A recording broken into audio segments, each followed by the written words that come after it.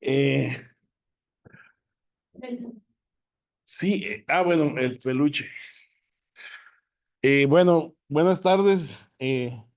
Bienvenidos a esta, creo que es la última presentación del libro. Sí, del día de hoy, al menos del día de hoy. Pues estoy muy contento de que nos acompañe el día de hoy la doctora Judith Ley del Instituto de Investigaciones Sociales de la UABC, en cuyo laboratorio de geomática yo comprendí muchas cosas de la mano de ella. Me considero discípulo. En algunas publicaciones ahí viene su discípulo, aunque ella no lo reconozca, yo sí me asumo como tal. Eh, Nos viene a presentar un libro que pueden descargar libremente desde su perfil de ResearchGate. Aquí hay unas hojas con el código QR para que lo descarguen. Eh, Me comenta que desde hace 10 años no se presenta un libro suyo, a pesar de que en más de los 90 productos de investigación que tiene su perfil de ResearchGate, como 14 son libros, muchas obras colectivas con su grupo de especialistas en medición de desigualdad territorial, riesgo, vulnerabilidad, una red académica amplia, y entre sus múltiples intereses tenemos el que le interesa la historia, que lee la historia que se produce en el instituto, y eso es importante. Entonces, desde hace 10 años no se presenta un libro. La última vez fue en la casa, la Biblioteca Pública del Estado de Baja California, en Mexicali, Álvaro Obregón y calle B, me parece, o G, H, no recuerdo. Y tenemos 10 años después todavía otros productos de investigación derivados de ese levantamiento. Nos platicará un poco más adelante acerca de esto. No sé, tengo, al- tengo 7 páginas, puedo reducirlas para que sea una especie de diálogo. Eh, no sé cómo lo considera, doctora.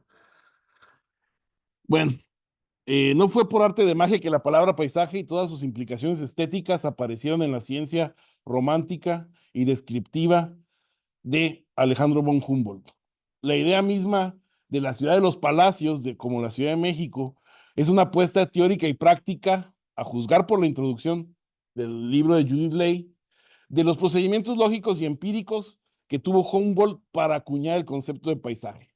Es interesante porque hace 10 años la explicación del paisaje en términos teóricos estaba cargada a la escuela francesa y estadounidense, y ahora nos revela que es un poco antes de la escuela geográfica realista alemana la que está acuñando el concepto de paisaje, que es de extrema utilidad para los que hacemos historia.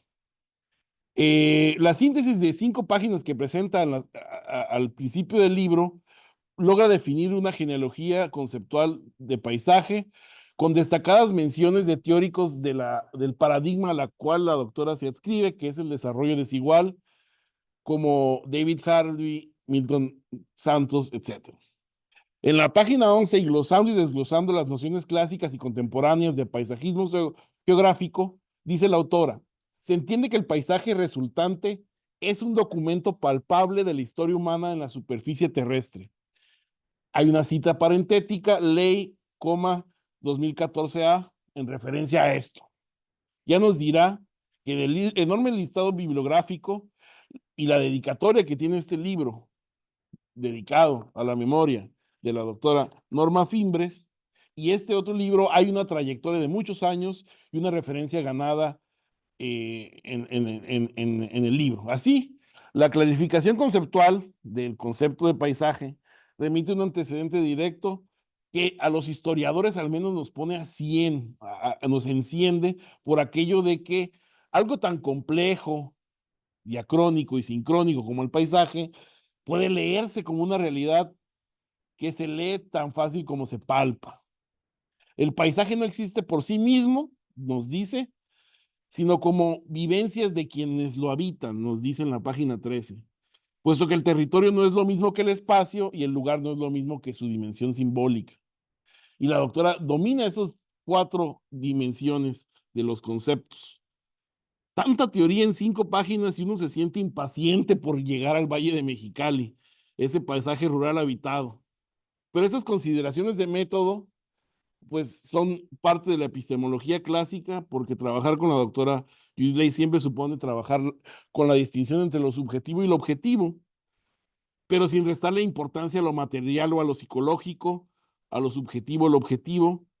Este concepto de paisaje que fundamenta en ambos libros, me atrevo a decir, tiene tal versatilidad que puede describir lo más pedestre y físico del entorno, como las apreciaciones sensibles y emocionales más arraigadas en los individuos más herméticos.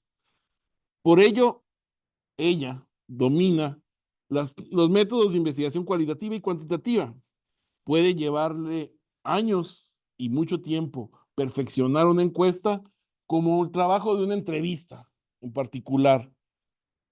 De hecho, quisiera que se nos pudiera profundizar un poco cómo de las encuestas se derivaron un poco los informantes y grupos etarios, los viejitos que aparecen acá. La sencillez no resta grandeza al libro. Una primera parte en la que estructural y con una buena pluma histórica que se denomina en la primera parte de desierto a paisaje algodonero, ata muy bien las causas y las consecuencias que ponen el acento en los procesos más que en los detalles. Se describe la transformación del paisaje desértico en un valle agrícola a través de diferentes influencias y procesos económicos, políticos, con sus respectivas consecuencias ecológicas y demográficas, que en el mejor de los casos son desconocidos por la mayoría de habitantes de Baja California, ni hablar de Tijuana, o incluso de los propios habitantes del valle. En alguna ocasión me tocó llevar a mi profesor Luis Aboites al valle y nos perdimos buscando la presa Morelos y ya estábamos cerca de un canal y le preguntamos a un muchacho que estaba pescando, oiga, ¿dónde está la presa Morelos? Y no sabía cuál era la presa Morelos. Entonces, el Valle de Mexicali es un poco fantasmagórico. Eh, la segunda y última parte del libro son 100 páginas totales. Son testimonios selectos que sobre todo aquellos que reflexionan aquellas décadas decisivas del cambio geohistórico del libro. Este cambio geológico es pasar del delta del Colorado como un accidente geográfico con una subcuenca particular del río Colorado, pero unido fitográficamente con el desierto de Altar, pero que se convierte en una toponimia que es Valle de Mexicali. Esta transición de un accidente geográfico a un lugar geográfico es lo que explican los testimonios a grandes rasgos. Por lo mismo no discrimina a formaciones ahora inexistentes como el lago Cahuila o el lago Camerón también, y a los Cumiáis y Cucapá. Como sea, en el origen de todo siempre es el agua del río Colorado.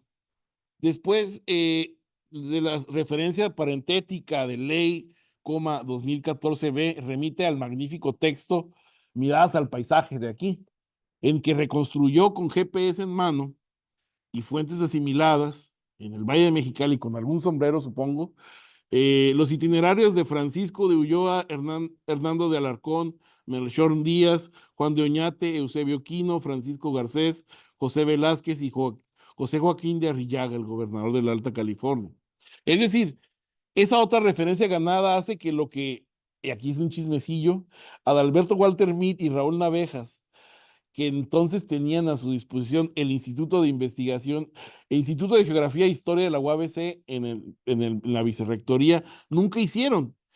Es decir, por más que Alberto Walter Mead, en compañía del ingeniero Barrientos, que era topógrafo, nunca se pusieron a replicar la información cartográfica como lo hizo ella, encontrando equivalencias modernas entre leguas y la trayectoria de la motricidad humana. Este capítulo verdaderamente es un repaso del siglo XVI al siglo XXI de cómo se vive el espacio geográfico y el paisaje. Y me gusta que una realidad que data del siglo XVI u otras referencias a las eras geológicas se agote en 5 parrafitos. Sobre todo porque para fines del paisaje del Taico, nada más determinante, incluso más que me atrevo a decir que el precámbrico, que el porfiriato. Los procesos liberales económicos del porfiriato del siglo XIX fueron lo que primero desarrolló los intentos de colonización que con múltiples ensayos y errores fueron preparando el terreno para el establecimiento del latifundismo de la Colorado Riverland Company. La constante, a la par de los intentos de colonizar esta área y emprender empresas dedicadas a la extracción de recursos botánicos y ganaderos en el delta, fueron precisamente las inundaciones del río Colorado. Pero firmas y contratos que hicieron todavía mucho por el paisaje, pues las subdivisiones de la tierra y la propiedad no son más que realidades virtuales en papel. Las instituciones políticas establecidas por Porfirio Díaz a raíz de la división entre Distrito Norte y Distrito Sur de la Baja California no modificaron la realidad y el aislamiento geográfico entre un extremo y otro. A lo mucho había cercos que no hacían más que mostrar propiedades virtuales que se remitían a Los Ángeles o San Francisco. En los hechos materiales, el desierto estaba ahí para filtrar su agua al Valle Imperial en Estados Unidos. Atravesado por zanjas y canales, alternaban su naturaleza a la distancia de las décadas. El cambio verdaderamente drástico de la zona fue el Intercalifornia, el ferrocarril que se inauguró primero en Mexicali y después en Tijuana. Zanjonas, canalones y estaciones de trenes, todo configuró un terreno abierto, cito, a la explotación agrícola. Y nos advierte la autora, para ello era necesario desmontar, nivelar, construir canales secundarios, y por lo mismo resultó más atractiva la idea de arrendar que volver a ser productiva la tierra. A mis alumnos, por ejemplo, de licenciatura, les cuesta mucho creer que la Colorado Riverland Company no producía nada. Ella y el modelo de California, especular con el valor de la tierra. Un producto tan pequeño y frágil como la semilla y flor de algodón estuvo ligado a una estrategia dura de enganche migratoria de pescadores chinos, mexicanos, japoneses. Entre 1912 y 1918 existió un movimiento inadvertido para los registros migratorios ligado a la época de Cantú, y así prosperaron 13 ranchos que, salvo por el rancho de Kudai o el de Shanghái, según uno de los informantes, todos fueron conocidos, según lo dice el testimonio de Ezequiel Cervantes, por su número. Esta hibridación, el rancho chino, a mí me parece que es algo como algo impronunciable, que solamente numerándolo va a ser reconocible. El rancho 1, el rancho 2, o a veces se llamaba la chinesca 1, la chinesca 2, la chinesca 3. Lo pueden ver también en el libro de Yolanda Sánchez Ovazo. Abiertas a las tierras a una mercancía volátil y de precio cambiante, el capitalismo internacional tuvo una presencia flotante o de estadía temporal, con excepción, claro, de los chinos. Los hindúes se fueron, los japoneses se fueron, básicamente se fueron a la costa del Pacífico, a Ensenada. Y cuando llegaron los procesos de reforma agraria de Cárdenas, los chinos nacidos acá fueron los únicos que no fueron expulsados. La agroindustria propició la aparición de múltiples despepitadoras en la zona rural y urbana. Tarde o temprano la saturación productiva entró en crisis entre 1929 y 31, contrayéndose el algodonero y con problemas de solvencia, la rentista de la Colorado Riverland Company arrojó a muchos repatriados hambrientos. Así, literalmente tenían hambre. Ahí cuentan que les daban jamaica y comida, ¿no? Granos de lote. Así, mientras el delta del Colorado sufría cambios en su naturaleza hídrica, operados en la distancia de la presa Hoover, iban llegando oleadas de migrantes mexicanos que alteraron los ciclos naturales y sociales, convirtiendo el delta en valle, del delta del Colorado en valle mexicali. Sin embargo, lo que más modificó el paisaje fue la reforma agraria cardenista. El famoso asalto a las tierras, que el autor hace bien en no atribuirle todo el peso de la subdivisión y nacionalización de la tierra, porque gratamente la doctora tiene premisas económicas y sabe que un acto de gobierno de un presidente, que es un poco el presidente Cárdenas, pues sí es muy carismático. Sí, hay 100 páginas de que básicamente lo alaban, en algunos otros casos no tanto, pero en fin. eh, la ventaja es de que estas 100 páginas tampoco se desviven en la memoria de bronce acerca del asalto a las tierras. La codificación legal y parcelaria, por ejemplo, yuxtapuesta en la cartografía satelital con detalles poligonales multicolor de la figura 5 de la página 34, es una obra de síntesis y análisis que hasta la fecha la historiografía regional no poseía. En verdad, verdaderamente decirnos de todo el valle, el estatuto legal de, de más de 300,000 hectáreas fue un reto. Y que esté en satelital y con los polígonos de colores identificados es una cosa maravillosa, ¿no? Con la Segunda Guerra Mundial, el programa Bracero, el ciclo y mercado algodonero se incrementó porque una vez concluida la guerra y con la alta demanda de productos ligados al algodón, bien podemos sintetizar todo lo aquello que le pasa al Valle de Mexicali con una frase de Luisa Boites Aguilar en el norte entre algodones. Bendito algodón que justifica las obras de riego. Así, la década de 1950 fue de auge y la de 60 de declive. Consecuencias imprevistas. Dice la doctora Ley que la concentración internacional del mercado alimentario y mercancías y materias primas disminuyó la contribución de la economía nacional, el crecimiento se estancó una vez que el algodón entró en declive. Yo tendría otras opciones, algunas de ellas mencionadas por la autora o sus entrevistados. Otras, por ejemplo, no se mencionan, pero pueden derivarse. Los efectos de la Revolución Verde y la aparición del algodón sintético que comenzó a desarrollarse entre la Unión Soviética y Egipto propiciaron este estancamiento. Otra fue la organización campesina radicalizada de Garzón Santibáñez. Lo que sí es que el libro aporta elementos valiosos para discutir las consecuencias de la filtración de aguas salinas del valle de Welton Mohawk en Arizona y cómo esta agua contaminada convirtió lo que antes era un delta en un valle, en un enorme depósito de sal, como decía la prensa de izquierda, fundamentalmente la revista Presente, eh, decían del valle.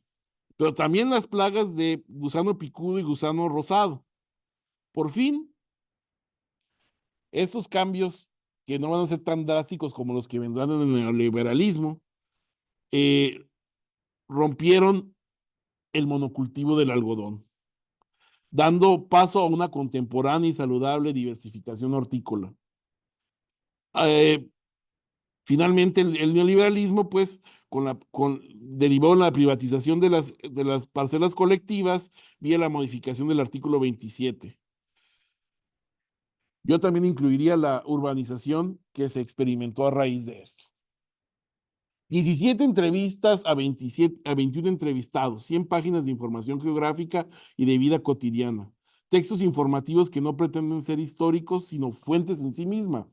Un registro muy doméstico, muy hermoso, en cuanto que transmiten una experiencia susceptible de integrarse a otras narrativas. Me recordó un poco un trabajo que publicaron usted y Fimbres, el de los terremotos, cuando mencionan lo del, aunque no lo crean, en Mexicali caí nieve en 1931.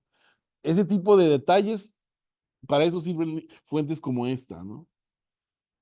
En la figura 9 viene la aparición de las 21 entrevistas ubicadas en el mapa del Valle de Mexicali, tratando de cartografiar las condiciones estructurales y geográficas de su relato. Y al llegar a la segunda porción del libro, la advertencia de la autora Alcalce nos permite entender aún más el porqué del libro. Dice la autora, y me permito citar al pie de página número 9 de la página 45. Las entrevistas se llevaron a cabo durante el año 2012 como parte del proyecto de investigación Caracterización del paisaje cultural evolutivo del Valle de Mexicali desde tres perspectivas convergentes. No obstante, durante la vigencia oficial del proyecto no fue posible incorporar las entrevistas que están aquí. Acá no están, aquí sí están. Lo que ha sido una preocupación permanente por por lo injusto que resulta no escuchar las voces de estas personas generosas y experimentadas que abrieron la puerta a sus vidas y a su pasado. Cierro cita. Rescate de técnicas de subsistencia como pescar con ramas largas de sauce y un pedazo roído de red, el abundante cardumen ribereño. Cuando la mestiza cucapá Margarita Valenzuela, que es uno de los testimonios más conmovedores, hija del vendedor de ganado sonorense y una amansadora equina, amansaba caballos salvajes de tradición cucapá, dice que de todo comían, No en vano surgió la comida china en el Valle de Mexicali, con variedades de hueva y hueva, aves exóticas y un sinfín de proteínas. Atole de pescado. Eso comían. Todavía para la cuarta década del siglo XX había patrones estacionales capaz que creíamos en el paleolítico fosilizado, diría León Portilla. Para la década, estando Cárdenas en el gobierno, los Cucapás seguían viviendo entre el lecho del río en el verano y en las montañas en el invierno. ¡Cuánta belleza! El jabón era lodo podrido. Se ponían y les salía el pelo más largo y rubio. Son los relatos etnográficos que aprendí a valorar en su insuperable candor con la investigadora del Colegio de Sonora, Esther Padilla. Margarita Valenzuela, mujer cucapá, conoció a su esposa de Santa Rosalía piscando. Es como esas canciones de reggaetón. Te conocí bailando, acá es te conocí piscando algodón. Importante que un libro como este esté destinado para lectura urbana, venga ilustrado. Eso es muy importante. Si no tienes una imagen de cómo se ven ciertas plantas, cómo pescaban con dos barras de sauce, el lector urbano no sabría. Pero también por, por la precisión fotográfica que tiene la doctora Judith, al definir ciertas zonas que fueron las que se desvanecieron ante los ojos de los informantes o en su defecto fotos comprometedoras. Normalmente la doctora tiene fotos, información comprometedora satelital. Y aquí sobre el Cerro Prieto hay fotos de los ingenieros. Quiero pensar que son ingenieros. Bueno, yo me estoy metiendo donde no debo. Interesante que los desfases entre ya terminó, ¿no? Entre las escala individual sobrevivan como prácticas. En términos textuales, cada tres párrafos de un monólogo vienen acompañados de una interpretación y recapitulación en un registro neutral por parte de la autora, que no violenta el testimonio. Eh, Tampoco se sobrepone un discurso por encima del otro. Nadie tiene el predominio de la explicación del valle.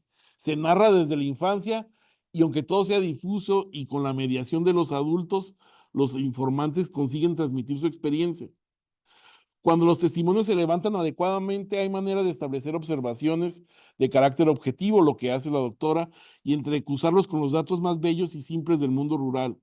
Cito, durante su infancia, la riqueza natural de la zona se vio afectada por la supuesta operación de la presa Hoover. Si bien en ese tiempo ella no estaba enterada de tal hecho ni de sus posibles efectos, años después le tocó observar la modificación y la paulatina pérdida del hábitat de las especies que sirvieron de sustento a la comunidad. Entonces ahí va a buscar la doctora el último paisaje, el último remanente de ese humedal del que hubo antes de que se canalizara el río Colorado. Habla del calor, habla de cómo no hubo un asalto a las tierras, sino una cosa orquestada por el gobierno. Cierro con tres ideas.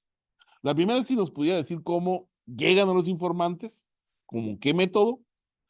La segunda es, y la tercera tienen que ver con de qué manera este libro logra entrar a la historiografía contemporánea del Valle de Mexicali a partir de cosas que lo están diciendo los historiadores, pero que los informantes ya sabían desde mucho tiempo.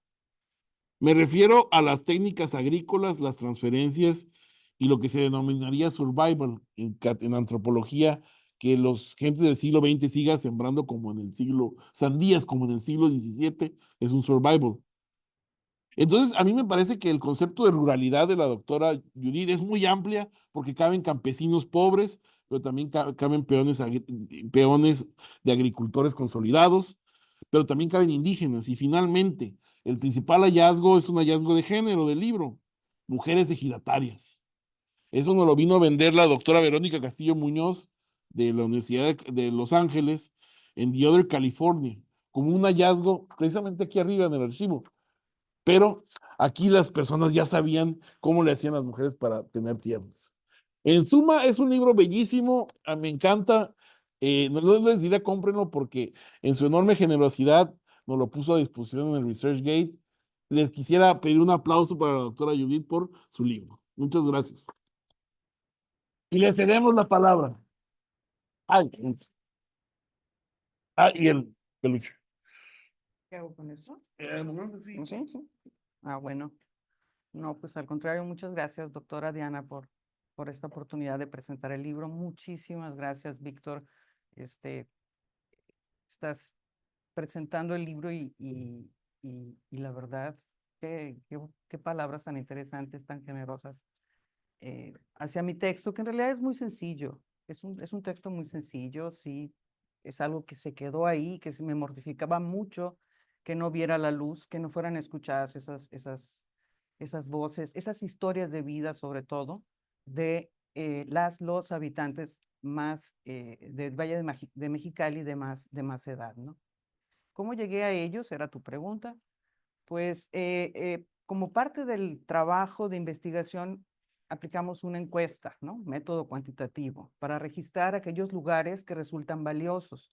Ahí preguntábamos, por ejemplo, sobre mitos y leyendas, sobre tradiciones, sobre fiestas, sobre muchísimas cosas, ¿no? Y aprovechando esa encuesta, pues tratamos de identificar en esos poblados, en esas localidades, pues la población de más edad, los que pudieran tener más conocimiento sobre la historia de esa zona en particular. Y así fuimos dando con diferentes informantes, ¿no? Eh, estas personas actualmente, bueno, ya varias de ellas no están con nosotros, pero eh, pues nacieron la Güera Cucapá, nació en 1928, ¿no? Durante los años 20, 30, 40, ¿no? Y uno que otro los 50, ¿no? Entonces ahorita, eh, pues ya tienen más de 70 años, la mayoría más de 80, y algunos pues ya no, desafortunadamente ya no están, ¿no? Entonces, las preguntas, lo que queríamos ver era que nos hablaran del valle de ese momento, ¿no? Queríamos ver el paisaje como un paisaje evolutivo, porque confieso, mi formación es de geógrafa, entonces yo no soy historiadora, por eso consumo mucho lo que ustedes generan, que es muy valioso como historiadores. Realmente ese libro no hubiera sido posible sin sus textos, ¿no? Entonces, como, como, como geógrafa, pues me acerco a estudiar a la sociedad a través del paisaje, a través del espacio, a través del territorio. Y en este caso particular, el tomar los textos de ustedes los historiadores, pues es para explicar cómo se va produciendo ese paisaje, esos factores económicos, esos factores políticos que van moldeando el hábitat, ¿no? Por un lado. Y por otro lado, pues cómo estas personas lo vivieron, ¿no? La mayoría de ellos, cuando eran pequeños, ¿no? Llegaron al Valle de Mexicali, algunos ya adolescentes, y otros nacieron allí en el valle, ¿no? Entonces nos van mostrando cómo era el paisaje que ellos conocieron en su infancia, en su adolescencia, ¿no? Y cómo va cambiando, ¿no? Lo que se hacía, cómo vivía la gente. Entonces nos hablan de un paisaje de los años 40, 50, 60, que era muy similar en esencia, ¿no? Porque una cosa es los procesos, las inversiones, la política, y otra es realmente cómo lo vive la gente, ¿no? Ese paisaje árido, esas casas de cachanilla, esos zancudos, todo esto que implica las formas en que se habita un paisaje, ¿no? En que se vive. Entonces son dos caminos que sigue la geografía social, la geografía humana, que tiene que ver, por un lado, con la geografía radical, la que se interesa por estos procesos, por el poder, ¿no? Cómo el poder produce espacio, y por otro lado, la geografía cultural, que trata de reflejar cómo se vive eso que se ha producido, ¿no? Cómo se construye algo desde lo simbólico. Entonces, básicamente es eso. Ojalá que les guste. Bueno, que lo lean primero y segundo, que les guste, ¿no? Que lo disfruten. Bueno, abrimos la sesión de preguntas y respuestas, y si no hay preguntas, yo puedo hacer muchas preguntas y respuestas, sin respuesta, aprovechando que la doctora está aquí, pero no sé, abrimos la sesión de preguntas y respuestas. Yo sé que hay preguntas, no voy a... la doctora Elina. Bueno, pues primero felicidades a ambos por la presentación, a ti, Víctor, porque invitas de muy buena manera a la lectura del libro, y por supuesto a la doctora Judith por esta intención de rescatar testimonios que sirvieron para una primera obra y que después esta inquietud académica se pueda trasladar a otro producto. Bueno, más allá de indicadores y demás, creo que también ofrece una perspectiva que rescata esa vivencia, ¿no? Y pues para los historiadores, las historiadoras, también es útil contar con este tipo de fuentes bajo la perspectiva disciplinar de una ciencia hermana, ¿no? Entonces, bueno, aplaudo mucho.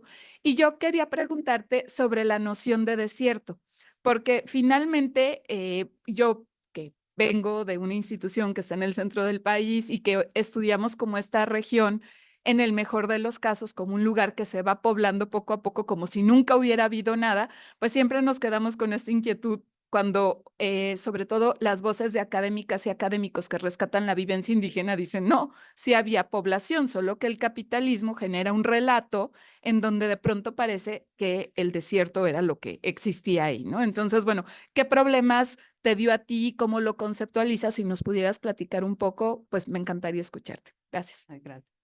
Pues si pudiera intervenir un poquito, es que nos educaron a los otros tres, a la doctora Diana, a Irina y a mí, el doctor Aboites, que dice, no es desierto porque hay agua, entonces no digan eso. Entonces es una versión como un tanto limitada, ¿no? Y yo sé que usted tiene una explicación. Sobre todo ese texto que cita de 1964 del Valle del Desierto de Altar, que es de 900 páginas. Digo, tiene un concepto de desierto. Pues en realidad, pues, desierto puede ser visto de muchas maneras, ¿no? El libro empieza justamente describiéndolo como una provincia fisiográfica, ¿no? Como, como un producto de la naturaleza, ¿no? Entonces, claro, desde las ciencias sociales nos interesan otras cosas, ¿no? Efectivamente, pues antes de que llegara la Colorado Riverland Company, antes de toda esta fase que mencionas, existían comunidades que ya habitaban el lugar, ¿no? Seminómadas quizá, y mucho antes era este lago Cahuila, ¿no? Entonces, eh, propiamente el libro no aborda, digamos, un concepto de desierto, ¿no? Sino lo presenta primero como una provincia fisiográfica y luego ve cómo se va modificando, cómo se va moldeando como un paisaje algodonero, ¿no? Básicamente.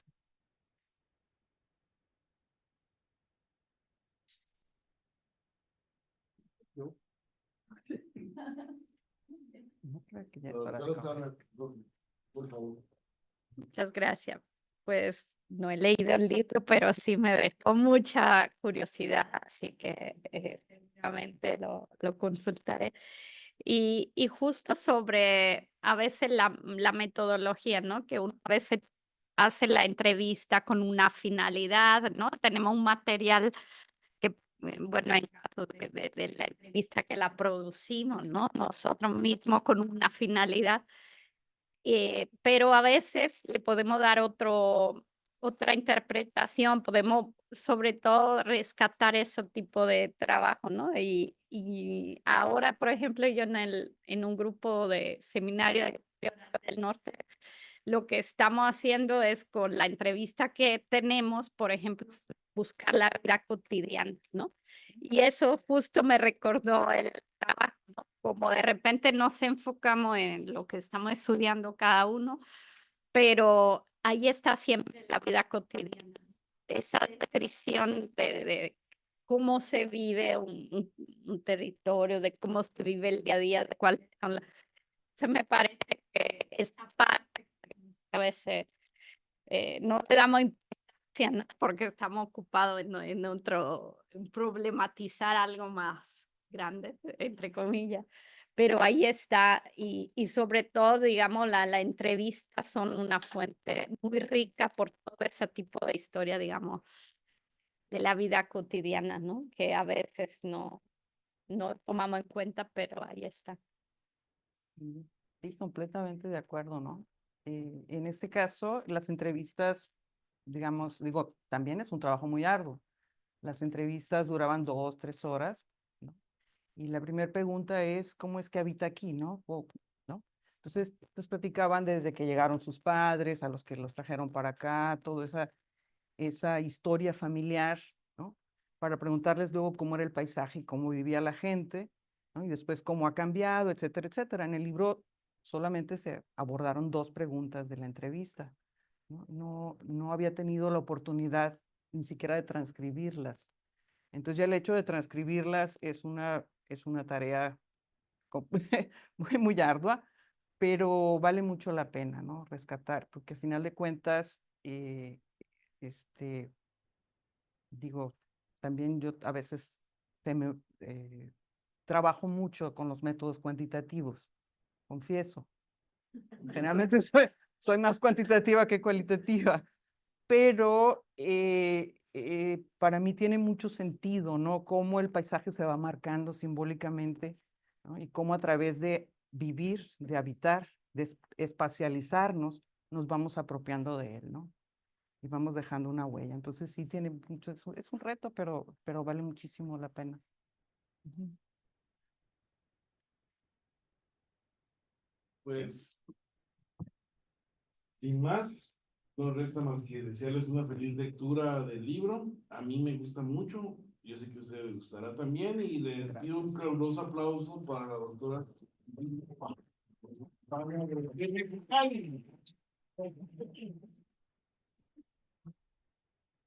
Ya no traía el peluche.